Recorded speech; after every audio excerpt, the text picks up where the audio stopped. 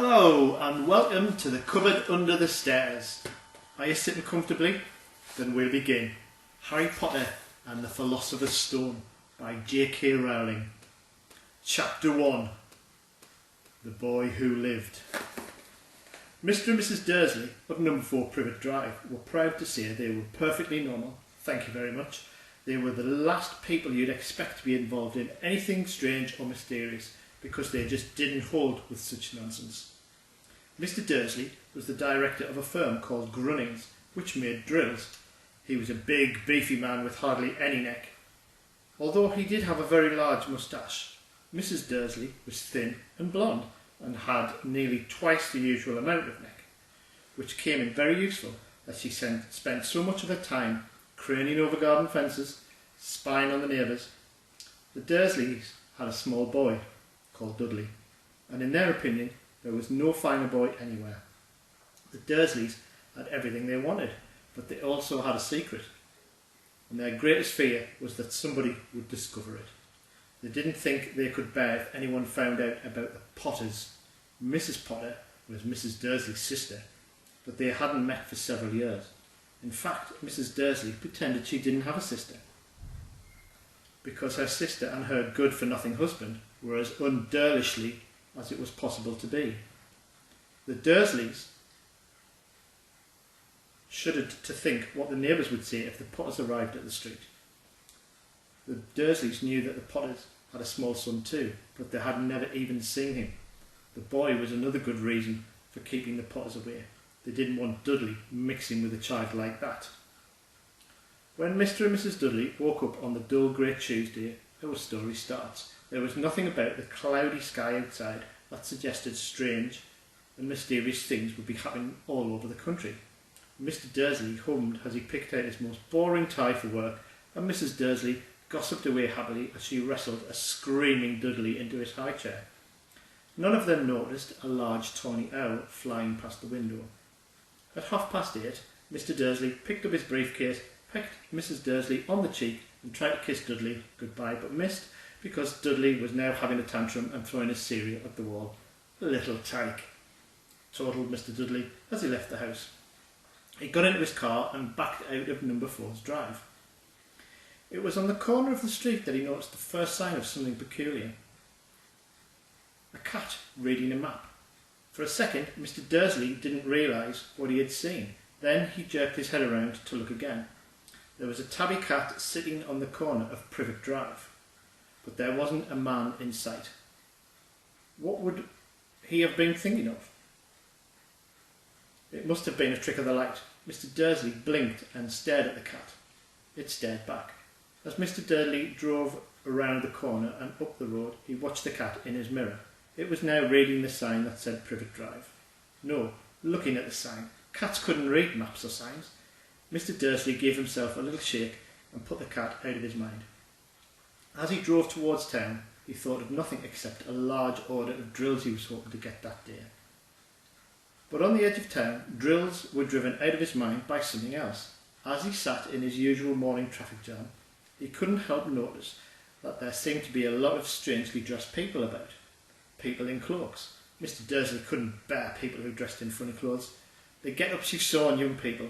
He supposed this was some stupid new fashion. He drummed his fingers on the steering wheel as his eyes fell on a huddle of these weirdos standing quite close by. They were whispering excitedly together. Mr. Dursley was enraged to see that a couple of them weren't young at all. Why, that man had to be older than he was, and was wearing an emerald green cloak. The nerve of him! But then it struck Mr. Dursley that this was probably some silly stunt. These people were obviously collecting for something. Yes, that would be it. The traffic moved on, and a few minutes later Mr. Dursley arrived in the Grunnings car park, his mind back on drills. Mr. Dursley always sat with his back to the window in his office on the 9th floor. If he hadn't, he might have found it harder to concentrate on drills that morning. He didn't see the owls swooping past in broad daylight, though people down in the street did. They pointed and gazed open mouths as owls after owl sped overhead. Most of them had never seen an owl, even at night time.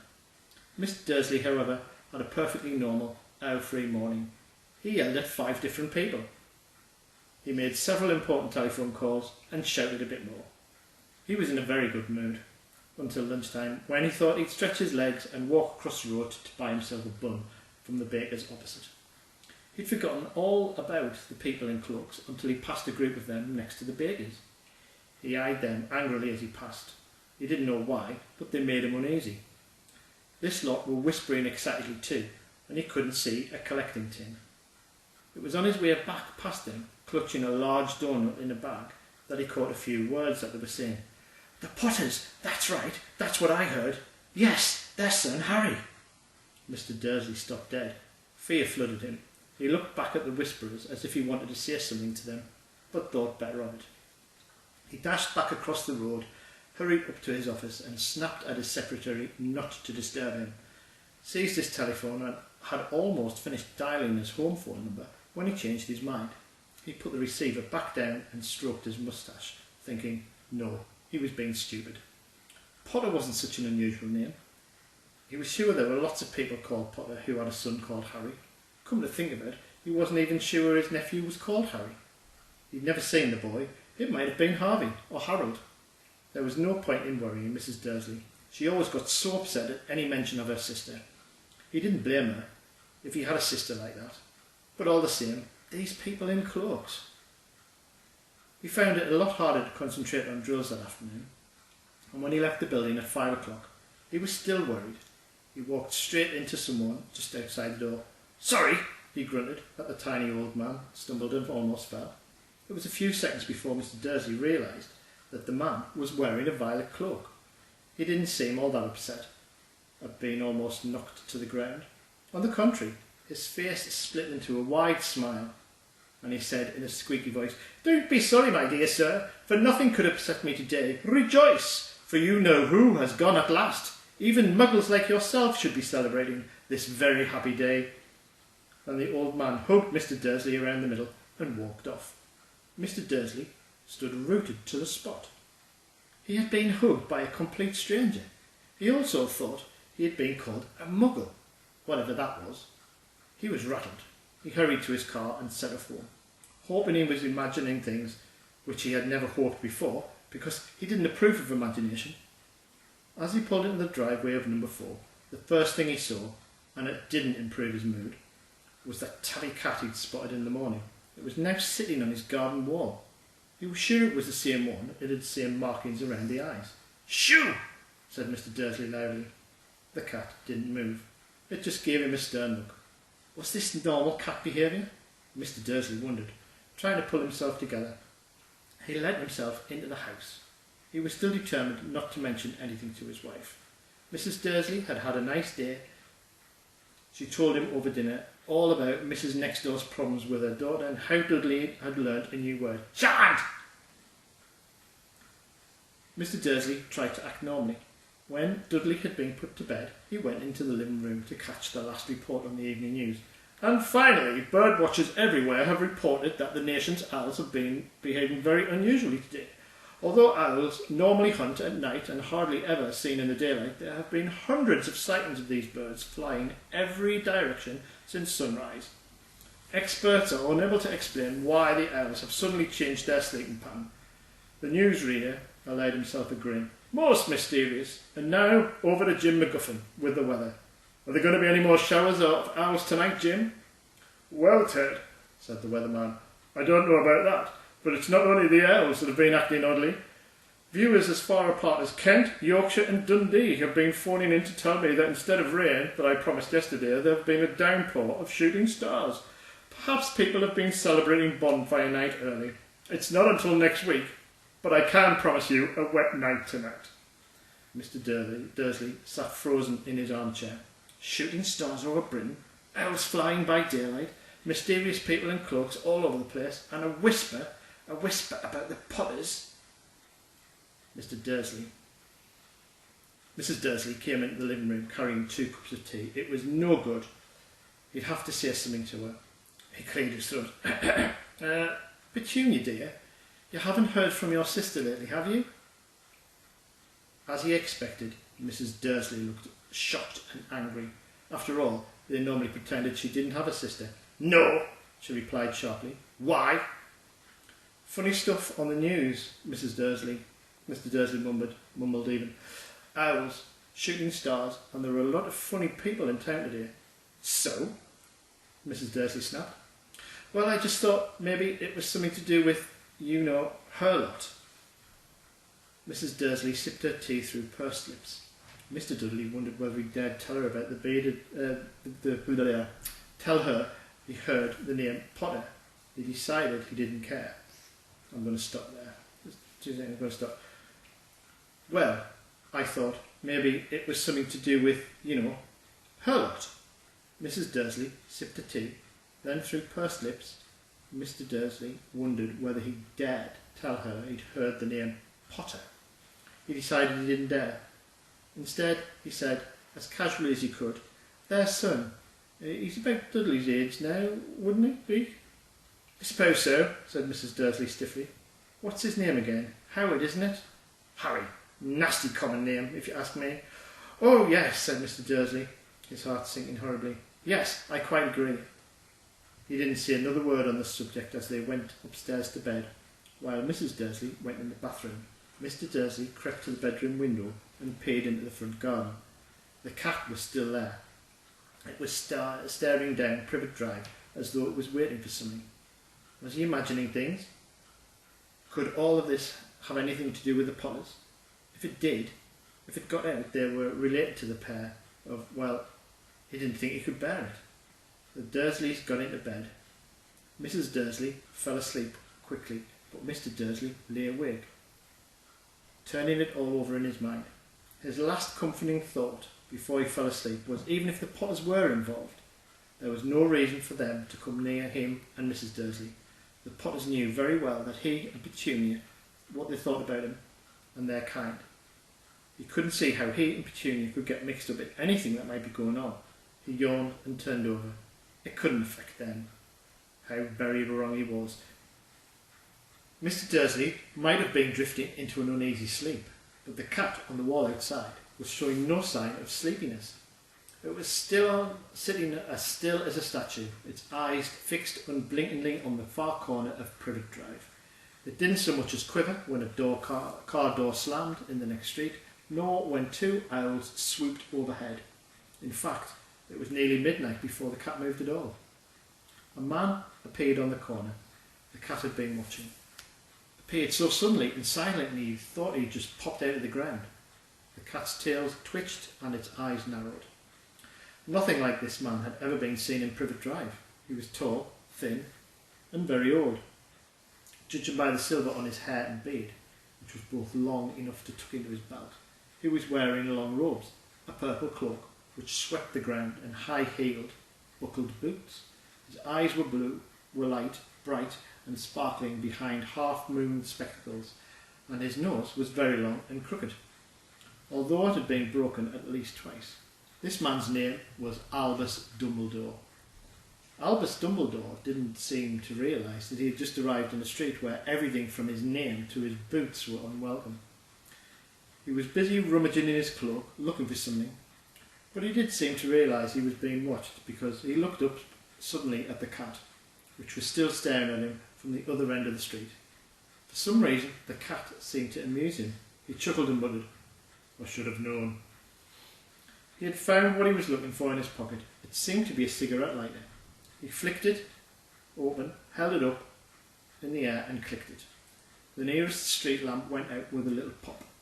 He clicked again. The next lamp flickered to darkness. 12 times he clicked the put outer, until only the lights left in the street, with two tiny pin pricks in the distance, which were the eyes of the cat watching him. If anyone looked out of their window now, even beady-eyed Mrs. Dursley, they wouldn't be able to see anything that was happening down on the pavement. Dumbledore slipped the put outer back in his cloak and set off down the street towards number 4, where he sat on the wall next to the cat. He didn't look at it, but after a moment he spoke to it. "Fancy seeing you here, Professor McGonagall." He turned to smile at the tabby, but it was gone. Instead, he was smiling at a rather severe-looking woman who was wearing square glasses exactly the shape of the markings the cat had around its eyes. She too was wearing a cloak, an emerald one. Her black hair was drawn into a tight bun. She looked distinctly ruffled. "How did you know it was me?" she asked. "My dear Professor, I have never seen a cat sit so stiffly. You'd be stiff all day if you'd been sitting on a brick wall," said Professor McGonagall. "All day? When you could have been celebrating? I must have passed a dozen feasts and parties on my way here." Professor McGonagall sniffed angrily. "Oh yes, everyone's celebrating all right," she said impatiently. "You'd think they'd be a bit more careful, but no, even the Muggles have noticed something's going on. It was on the news." She jerked her head back towards the Dursleys' dark living room window. "I heard it. Flocks of owls, shooting stars. Well, they're not completely stupid. They were bound to notice something. Shooting stars down in Kent. I'll bet that Debalus Deagle. Sorry, I butchered that. He never had much sense." "You can't blame them," said Dumbledore gently. "We had precious little to celebrate for 11 years. "I know that," said Professor McGonagall irritably, "but there's no reason to lose our heads. People are being downright careless out on the streets in broad daylight, not even dressed in Muggle clothes, swapping rumours." She threw a sharp sideways glance at Dumbledore here, as though hoping he was going to tell us something, but he didn't. So she went on. "A fine thing it would be if on the very day you-know-who seems to have disappeared, at last the Muggles found out about us all. I suppose he's really gone, Dumbledore." "It certainly seems so," said Dumbledore. "We have much to be thankful for. Would you care for a sherbet lemon?" "A what?" "A sherbet lemon. The kind of a Muggle sweet I'm rather fond of." "No, thank you," said Professor McGonagall coldly, as though she didn't think this was the moment for sherbet lemons. "As I say, even if you-know-who has gone. My dear Professor, surely a sensible person like yourself can call him by his name. All this you-know-who nonsense for 11 years. I've been trying to persuade people to call him by his proper name, Voldemort." Professor McGonagall flinched, but Dumbledore, who was unsticking 2 sherbet lemons, seemed not to notice. "It all gets so confusing if we keep saying you-know-who. I've never seen any reason to be frightened of saying Voldemort's name." "I know you haven't," said Professor McGonagall, sounding half exasperated, half admiring, "but you're different. Everyone knows you're the only one you know. Oh, all right, Voldemort was frightened of." "You flatter me," said Dumbledore calmly. "Voldemort had powers I will never have. Only because you're too, well, noble to use them. It's lucky it's dark. I haven't blushed so much since Madame Pomfrey told me that she liked my new earmuffs." Professor McGonagall shot a sharp look at Dumbledore and said, "The owls are nothing to the rumours that are flying around. You know what everyone's saying, and why he's disappeared, and what finally stopped him." It seems that Professor McGonagall had reached the point she was most anxious to discuss, the real reason she had been waiting on a cold, hard wall all day. For neither as a cat nor a woman had she fixed Dumbledore with such a piercing stare as she did now. It was plain that whatever everyone was saying, she was not going to believe it until Dumbledore told her it was true.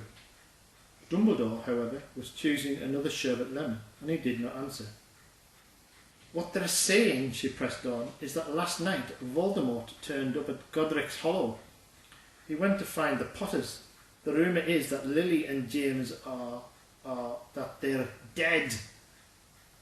Dumbledore bowed his head, and Professor McGonagall gasped. "Lily and James, I can't believe it. I didn't want to believe it. Oh, Albus." Dumbledore reached out and patted her on the shoulder. I know, he said heavily. Professor McGonagall's voice trembled as she went on. "That's not all. They're saying he tried to kill the Potter's son, Harry, but he couldn't.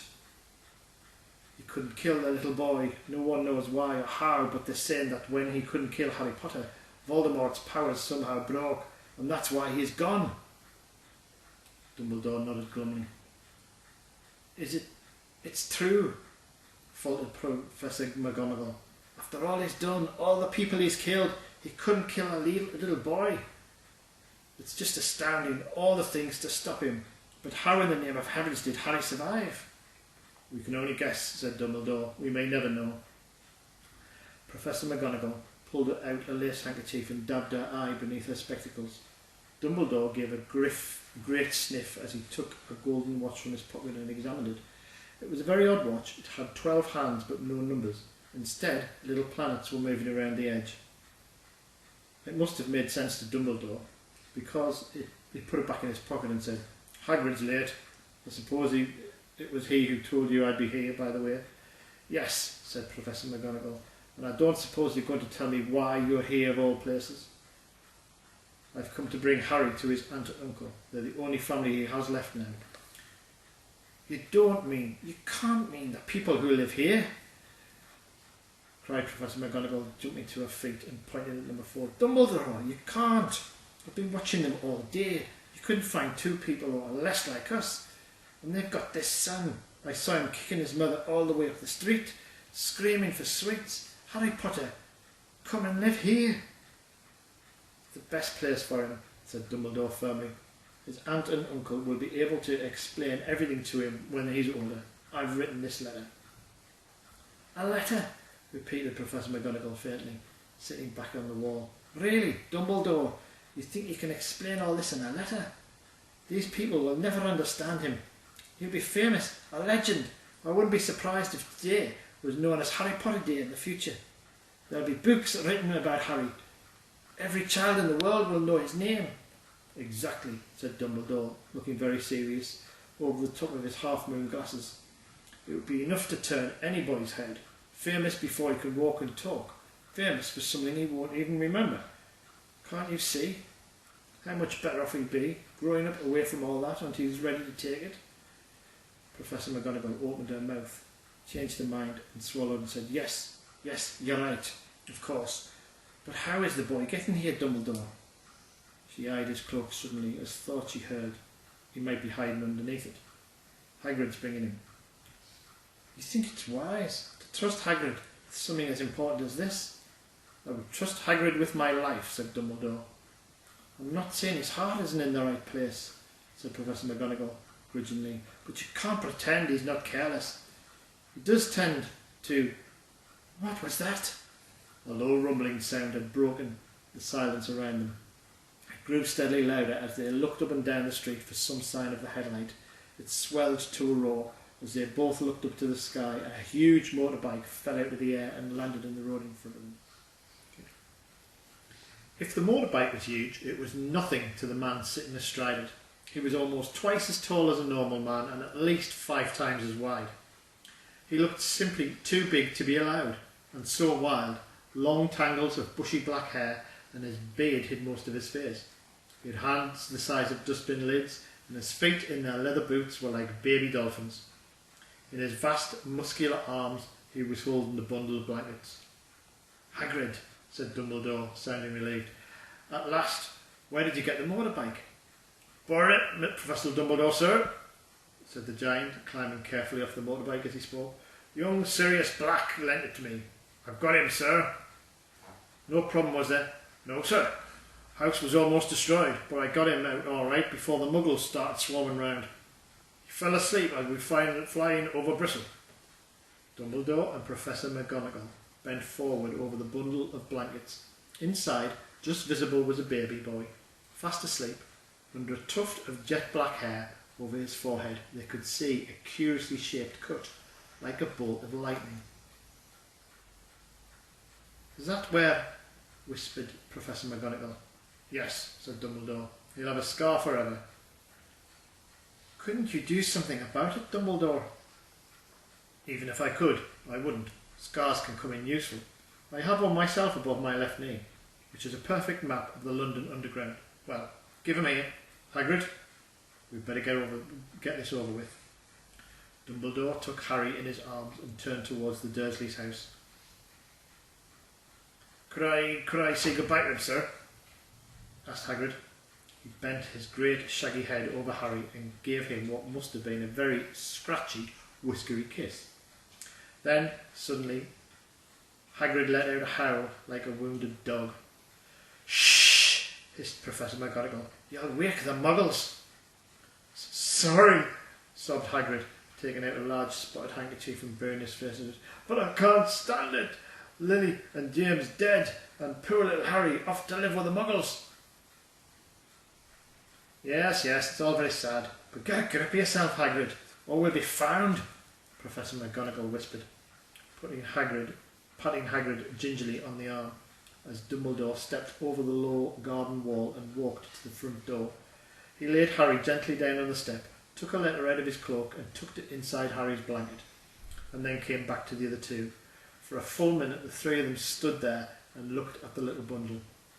Hagrid's shoulders shook. Professor McGonagall blinked furiously, and twinkling light that usually shone from Dumbledore's eyes seemed to have gone out. Well, said Dumbledore finally, that's that. We've no business staying here. We may as well go and join the celebrations. Yeah, said Hagrid in a muffled voice. I'd best get his bike away. Good night, Professor McGonagall. Professor Dumbledore, sir. Wiping his streaming eyes on his jacket sleeve, Hagrid swung himself onto the motorbike and kicked the engine into life, and with a roar, it rose into the air and off into the night. I expect I shall see you soon, Professor McGonagall, said Dumbledore, nodding to her. Professor McGonagall blew her nose in reply. Dumbledore turned and walked back down the street. On the corner he stopped and took out the silver put-outer. He clicked it once, and 12 balls of light sped back to the street lamps, so the Privet drive glowed suddenly orange, and he could make out a tabby cat slinking round the corner at the other end of the street. He could just see the bundle of blankets on the step of number 4. Good luck, Harry, he murmured. He turned on his heel, and with a swish of his cloak was gone. A breeze ruffled the neat hedges of Privet Drive, which lay silent and tidy under the inky sky, the very last place you would expect astonishing things to happen. Harry Potter rolled over in his blankets without waking up. One small hand closed on the letter beside him, and he slept on, not knowing he was special, not knowing he was famous, not knowing he'd be woken in a few hours' time by Mrs. Dursley's scream as she opened the door to put out the milk bottles, nor that he would spend the next few weeks being pinched and prodded by his cousin Dudley. He couldn't know that at this very moment people were meeting in secret all over the country, were holding up their glasses and saying in hushed voices, "To Harry Potter, the boy who lived."